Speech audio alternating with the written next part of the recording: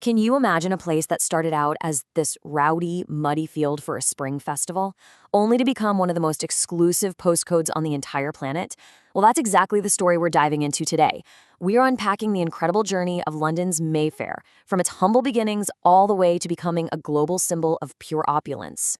So, how on earth did that happen? Here's our game plan. We're going to start at the very beginning with the Mayfair itself, then we'll see how the district completely reinvented itself, take a walk down its iconic avenues, pop into the institutions that define its prestige, and finally, look at what makes Mayfair the powerhouse it is today. Let's get right into it. Okay, so first up, our story begins in a Mayfair that you would not even recognize today. We're winding the clock all the way back to a time when the district's name came from this loud, chaotic annual festival. A festival that, believe it or not, is long gone. Now, this timeline shows a really fascinating series of events. It all starts with a total disaster, the Great Fire of London, which, crazily enough, becomes the spark for something new. This fire literally pushes London's richest residents westward, where savvy landowners start designing the elegant neighborhood we know today. And then, in a pretty symbolic move, the fair that gave the place its name gets shut down for good, clearing the way for a much more refined future. I mean, just think about that for a second. A massive, citywide catastrophe was the thing that kick-started Mayfair's destiny. The fire didn't just burn down buildings, it completely redrew the social map of London. It concentrated all the most powerful people, your politicians, your bankers, your aristocrats, into this one specific area. The stage was officially set. But the story doesn't stop with fancy townhouses. A huge transformation was on the horizon, one that would pivot the district from a place where the rich lived to a place where the world came to spend. We're talking a shift from residences to retail.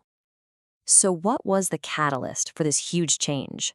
Well, as you can see right here, the big dividing line was World War II. The chaos and upheaval of the war created a totally new reality. Before the war, Mayfair was a quiet, high-society neighborhood. After the war, it became a bustling commercial center, the place to be for luxury goods. That was the moment its whole identity changed forever. And this huge pivot raises a really interesting question, doesn't it? I mean, this kind of thing doesn't just happen. How exactly does a quiet, historic, residential district turn into a worldwide symbol of luxury? Well, the answer is literally written on its streets. To really get a feel for Mayfair's magic, we have to walk its streets. So come on, let's take a little virtual tour through the avenues that are now famous across the globe for pure opulence. We'll start on the one and only New Bond Street. I mean, just look at this lineup. Burberry, Chanel, Louis Vuitton, Tiffany & Co. This is more than just a street. It's a who's who of global luxury. Having a store here means you've made it. It's a statement. But Mayfair's charm isn't just about those giant global brands. Head over to Mount Street and you find a totally different vibe. This is where you'll see a Balenciaga boutique right next to a super exclusive art gallery, or an old-school antique shop near a Michelin-star restaurant. It's a bit more unique, a bit more specialized. It just goes to show you Mayfair has depth as well as dazzle. You know, it's not just the shops that built Mayfair's reputation. It's also anchored by these landmark institutions, iconic places that are famous all on their own.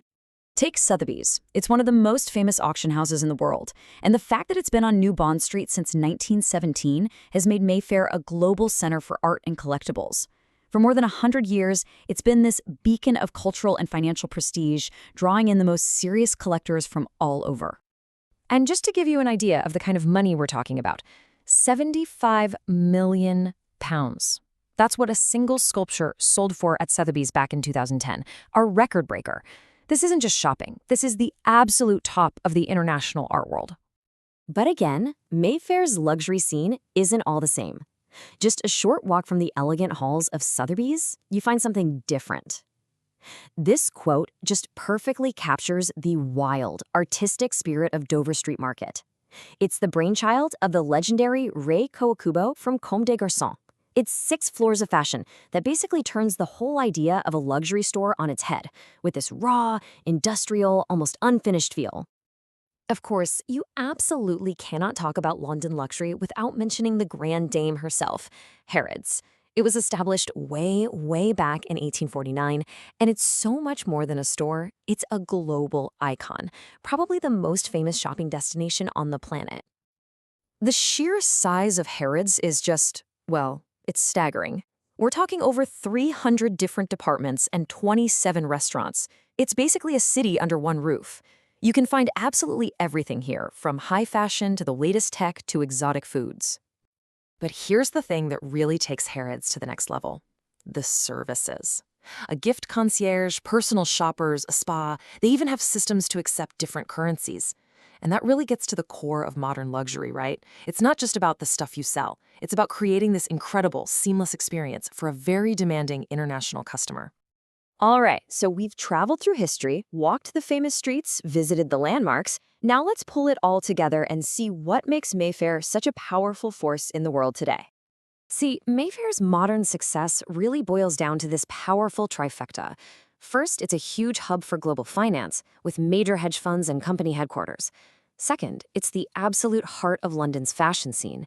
And third, it has more luxury hotels and high-end restaurants than anywhere else in the city. It's this amazing ecosystem where business, creativity, and hospitality all feed off each other. So, what's the big takeaway from Mayfair's incredible story? Well, it shows you what happens when centuries of history and wealth collide with the power of modern global commerce. A neighborhood becomes more than just a place. It turns into a brand, a global symbol of aspiration. The really fascinating question, though, is in a world that's always changing, what does it become next?